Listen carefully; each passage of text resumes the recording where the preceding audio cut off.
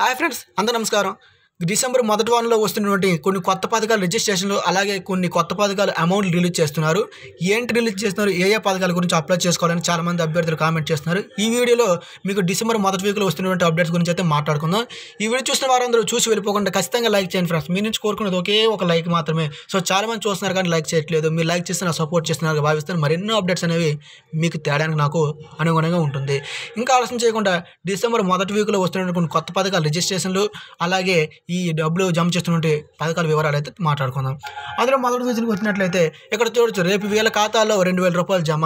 ఎవరైతే పీఎం కిసాన్ సంబంధించి 7వ విడత ఇన్స్టాల్మెంట్ పడలేదో వాళ్ళందరికీ కూడా రేపటి నుంచి పడే అవకాశం అయితే ఉంది. సో చాలామంది నిన్నటి నుంచి పడతాయని అనుకున్నాం, కానీ ఇంకా క్రెడిట్ కాలేదు.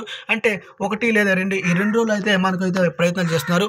ఒకవేళ పూర్తి స్థాయిలో పడినట్లయితే రేపటి నుంచి రైతుల ఖాతాలకు పడే అవకాశం అయితే ఉంది 2,000 రూపాయలు అయితే. ఎవరైతే పడలేదో వాళ్ళైతే పీఎం కిసాన్ వెబ్సైట్ అయితే ఒకసారి విజిట్ చేయండి. అందులో మీ పేరుంటే ఖచ్చితంగా మీ ఆధార్ కార్డు నెంబర్ ఎంటర్ చేసి తెలుసుకోవచ్చు. ఖచ్చితంగా ప్రతి ఒక్కరైతే అందరి పేరు ఉంటేనే అమౌంట్ అనేది క్రెడిట్ అవ్వడం జరుగుతుంది. ఇది మొదటి అప్డేట్.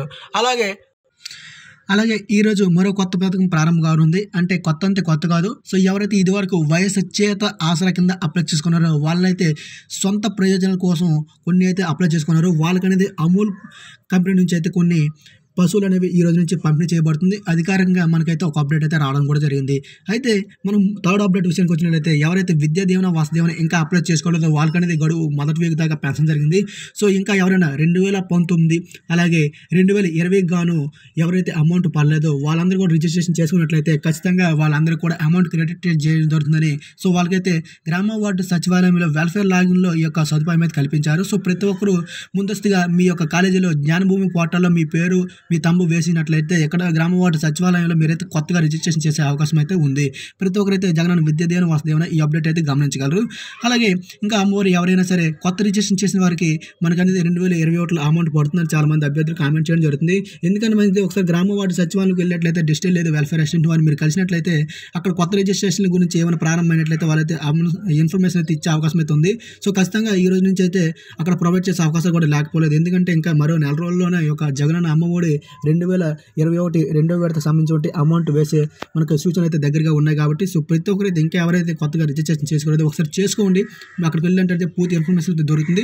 నాకైతే ఎటువంటి అప్డేట్ వచ్చినా సరే మీకు ఎప్పటికప్పుడు నేను అందించడానికి రెడీగా ఉంటాను. సో ఇది ఫ్రెండ్స్ ఈ వీడియో.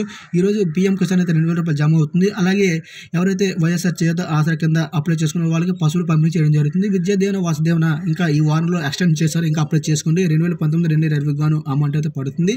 అలాగే అమ్మఒడి కొత్త రిజిస్ట్రేషన్ అనేవి ప్రారంభించే అవకాశం అయితే ఈ రోజు నుంచి మనకు ఉన్నట్టుగా మనకైతే కనిపిస్తుంది. ఇంకా ఎటువంటి అప్డేట్ వచ్చినా సరే మీకు ఎప్పటికప్పుడు నేను అందిస్తూ ఉంటాను. మీరు కింద కామెంట్ రూపంలో తెలియజేయండి. మీకైతే ఆన్సర్ ఇవ్వకపోవచ్చు కానీ వీడియో రూపంలో మీ డౌట్ అయితే క్లియర్ చేస్తాను. ఇది ఫ్రెండ్స్ ఈ వీడియో మీకు నచ్చినట్టయితే లైక్ చేయండి, షేర్ చేయండి. తప్పకుండా మన ఛానల్ సబ్స్క్రైబ్ చేసి డైలీ ఫాలో అవ్వండి.